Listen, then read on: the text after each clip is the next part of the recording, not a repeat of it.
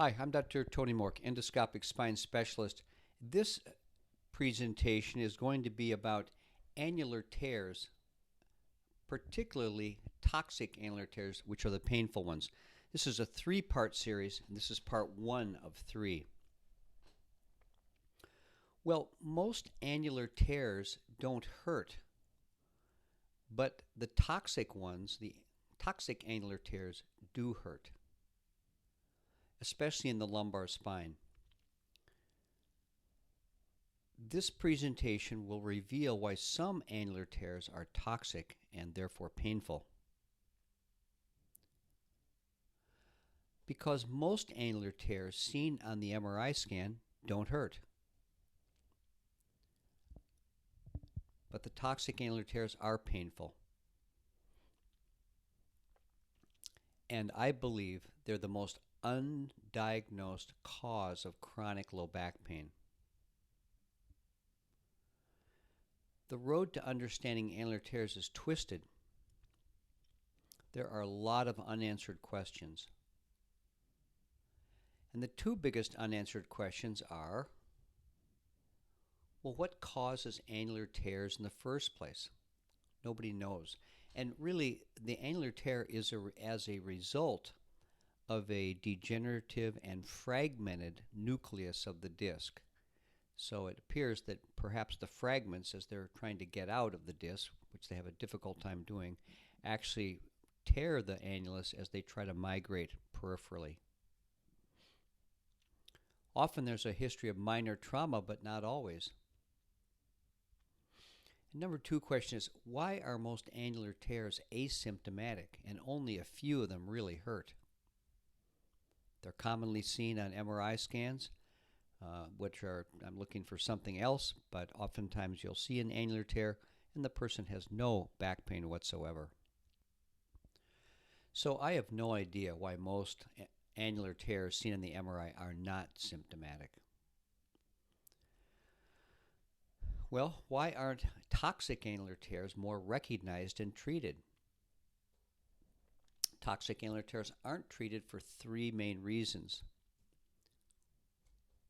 One, most annular tears don't hurt, so the assumption is that none of them do.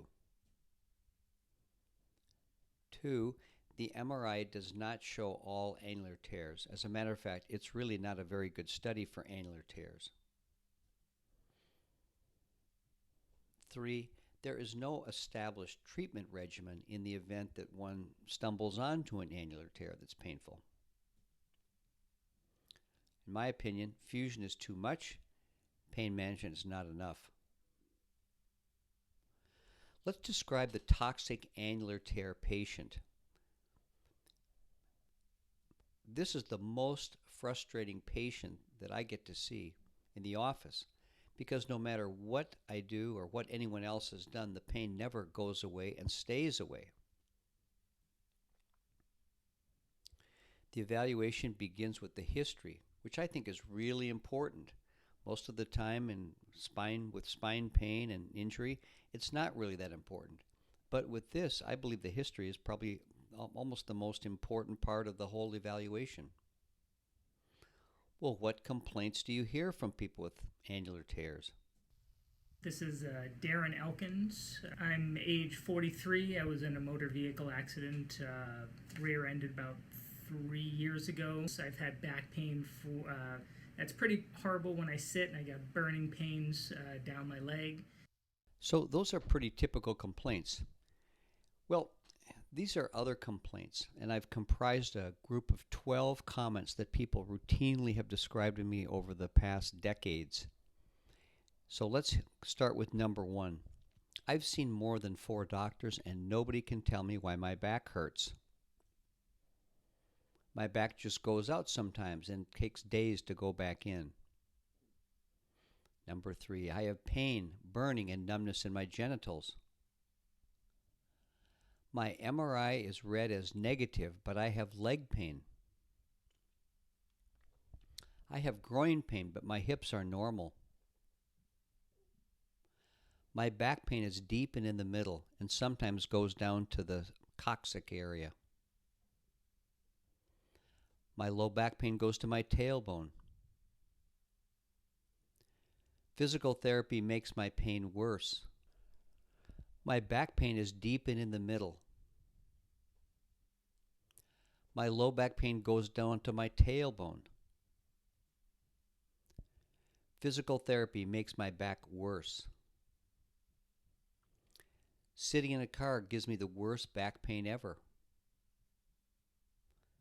I have a herniated disc, but my leg hurts on the opposite side of the herniation. I did a deadlift and my back pain never went away. It's pretty horrible when I sit. I get burning pains down my leg. These are what I've described as the toxic 12 indicators of an annular tear. And really, if someone complains of just two of those, one is fine, but if you have two of those, I think there's almost a 90% chance or better that you have a toxic annular tear of the lumbar spine. Well, what do these complaints all have in common? All 12. Well, they all point to the same diagnosis. The same diagnosis? Yes. Toxic annular tear. And why toxic? Because most annular tears don't hurt. They're commonly seen on MRI scans with people who don't have any back pain, but some of them do. And these are the toxic ones. But before we assume pain is from a toxic annular tear, we have to be sure that pain from the facets, stenosis, or the sacroiliac joints have all been considered and ruled out.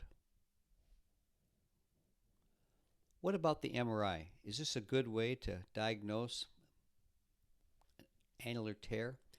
Well, annular tears can be hard to see on the MRI, or actually just not even be visible.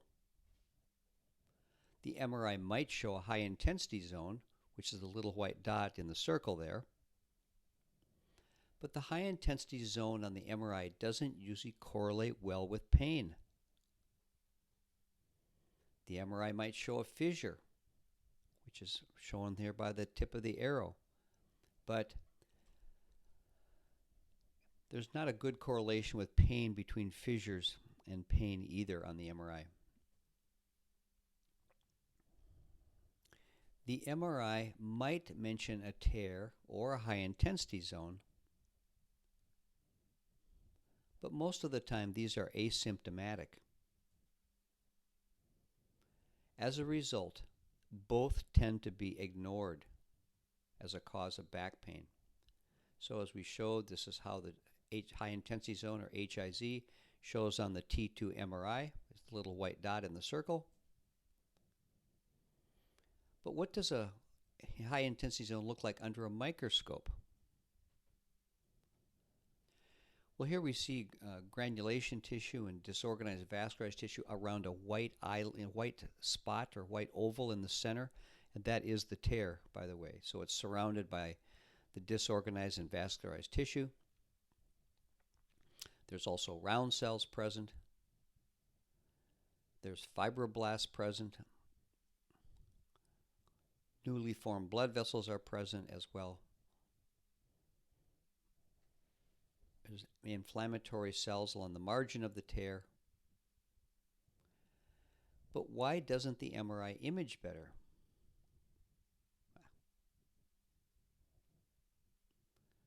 Well, the MRI slices, oftentimes 3 to 4, sometimes even 5 millimeters, are often too thick.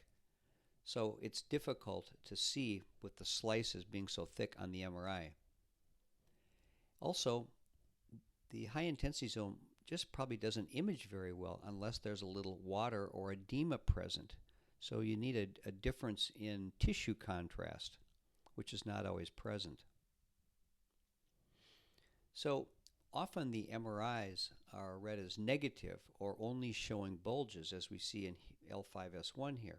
That's all you're going to see on the MRI. But everyone over 40 has some bulges, so nobody pays attention. Yet, bulges can have significance, as we're going to see shortly.